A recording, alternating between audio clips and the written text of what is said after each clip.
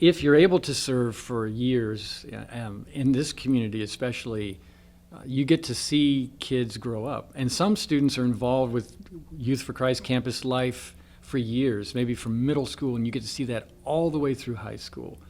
And that's wonderful. That's beautiful.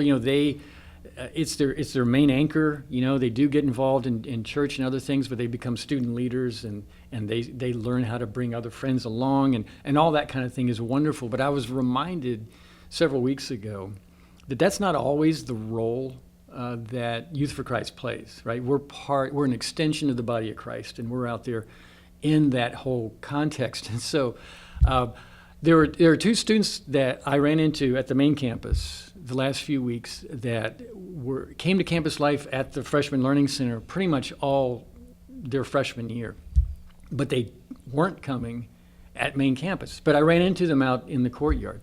And the first girl, I said her name, and she came over, and we were talking. It'd been at least a full year since I'd seen her or talked to her. Okay. She says, "Hey, I just kind of wanted you to know, I found a church," and she told me that the local church that she's going to, and I asked her, do you feel God's presence there? And she's like, yeah, in the worship.